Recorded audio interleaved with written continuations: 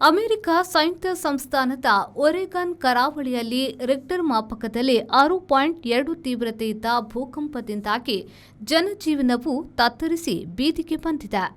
ಜನರನ್ನ ಸುಮ್ಮನೆ ಬಿಡುವುದಿಲ್ಲ ಎನ್ನುವ ಪ್ರಪಂಚದ ನೈಸರ್ಗಿಕ ಪ್ರಕ್ರಿಯೆಗಳಲ್ಲಿ ಭೂಕಂಪ ಕೂಡ ಒಂದು.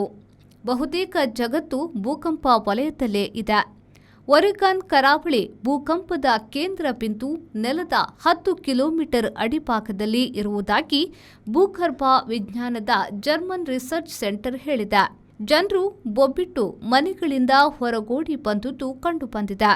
ಆದರೆ ಹಾನಿ ಎಷ್ಟರ ಮಟ್ಟಿಗಿನದ್ದು ಎನ್ನುವುದು ಇನ್ನೂ ಸ್ಪಷ್ಟವಾಗಿ ಲೆಕ್ಕ ಹಾಕಿಲ್ಲ. ಕೂಡಲೇ ರಕ್ಷಣಾ ಕಾರ್ಯಾಚರಣೆಯನ್ನ ಆರಂಭಿಸಿರುವ ಸ್ಥಳೀಯಾಡಳಿತಗಳು ಪರಿಸ್ಥಿತಿಯನ್ನ ಕಣ್ಣಿಗೆ ಎಣ್ಣೆ ಬಿಟ್ಟುಕೊಂಡು ಗಮನಿಸುತ್ತಿರುವುದಾಗಿ ಹೇಳಲಾಗಿದೆ. ಕಡಲು ಹತ್ತಿರವಿದ್ರೂ ಕಡಲತ್ತ ನೆಲನಡುಕ ಚಾಚಿಲ್ಲವಾದ್ದರಿಂದ ಸುನಾಮಿ ಎಚ್ಚರಿಕೆ ನೀಡಿಲ್ಲ ಎಂದು ರಾಷ್ಟ್ರೀಯ ಸಾಗರ ವಿಜ್ಞಾನ ಮತ್ತು ವಾತಾವರಣ ಆಡಳಿತ ಮಂಡಳಿಯು ಹೇಳಿದೆ.